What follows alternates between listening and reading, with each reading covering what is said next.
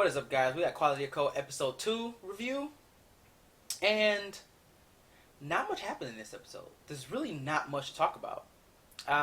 Which, in some cases, is fine if they're, like, trying to, build up for something or, trying to, like, wait to hit you with that huge, story progression. But not... They didn't really do much in this episode. Although I do have some questions. About some of the dialogue that was said in this episode. I do have some questions, but not a lot. And we do get the opening. Which is good. By Lisa. So we do get the opening. I don't think we got it last week in the first episode. I'm pretty sure we didn't get it. But this week, it was okay. It was pretty solid. Like I said last week, I like the EDM dubstep that plays in this series. I like it. It's good. Like it's really good. It gets you pumped. However, last week it was more. I was more pumped because it was like actiony. This week it happened, it was still good, but there was just like jumping into the ocean. So there was really nothing going on there. Pretty much going on throughout the entire episode. It was a lighthearted episode, which is nice to have those every now and again. It's nice to have those every now and again. Like I said, I do have some questions. One being, so we know that the kids are the ones who have these abilities called world, and they're protecting the world from these unknown creatures. And we know that the adults did it previously. My question is, though, the adults don't seem to have those powers anymore. Okay? So, once you get to a certain age, does it just go away? I believe there's an anime similar to this, in which, like, you have powers at a young age, and then when you get older, they go away. Something like that. I can't remember what it's called. But I believe there is an anime similar to that. And this may not be the case in Qualidea Code. This may not be the case, but it seems as though it might be. Or else, like I say, it just disappears once you get to a certain age, because the adults save the world before the kids. And you can kind of see that at the beginning of this episode, a lot of the kids were talking to their parents because, the parents are worried about them. They don't live with them anymore. And we see the two siblings, who are the representatives of their cities, not talking to their parents. I noticed that they weren't talking to their parents.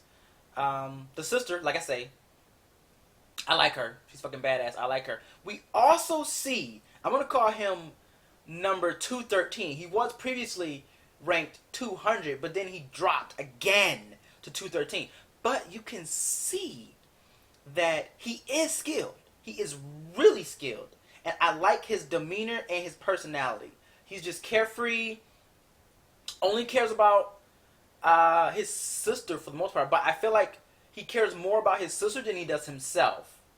And I feel like he would also save just like civilians and stuff like that. So I like his character. I don't like the Ichiya guy.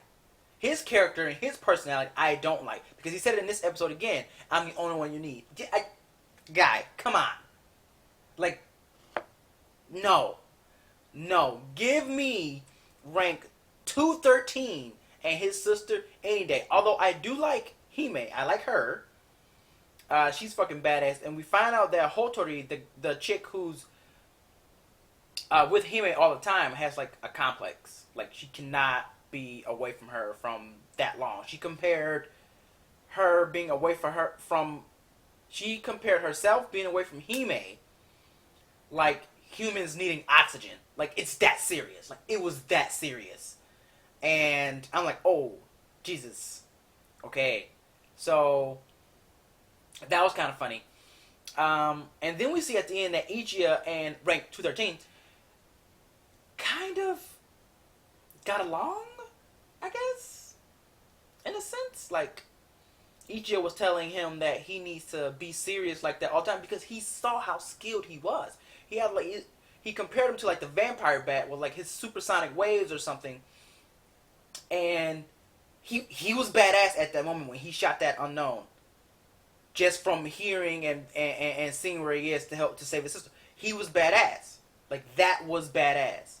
So, you can tell, and I think I brought this up in last week's review, that he's a representative. So, he has to be skilled. He has to be skilled. He has to be. And you kind of see that in this episode, which is good. Which is really good. And at the end, past the credits, we see something else that's quite interesting. We find out that the unknown creatures slip through the barrier somehow.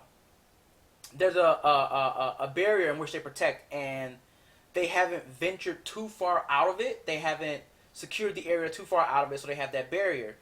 And like an announcement's supposed to go off every time an unknown shows up, and it's supposed to trigger an alarm, that kind of thing. Like typical security measures when unknown comes in their barrier. And we find out that the barrier has some weaknesses that the unknown are now finding out and probably eventually going to exploit.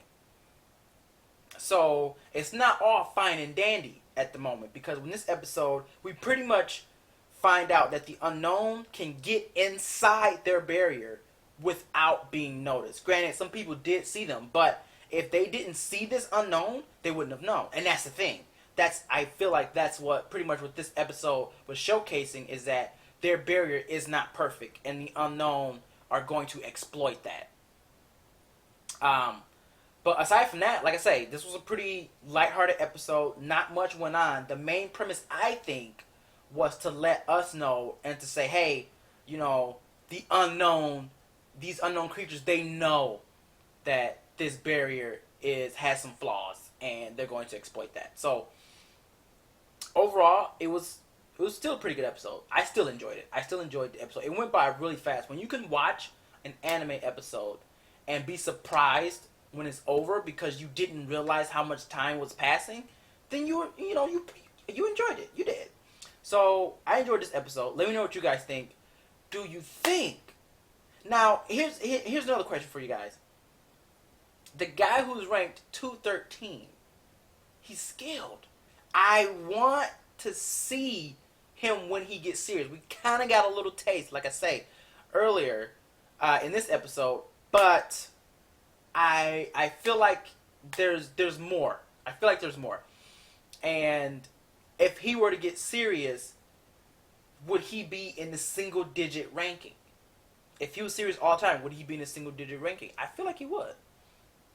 I feel like all those representatives are in the single digits, if not should be in the single digit ranking. I know Hime's in there. I know that. And we know Ichiya's in there as well. But the other ones, we don't know yet. So let me know what you guys think. That's it for me. Leave your comments down in the comment section below. And I will see you guys next week. Later, people.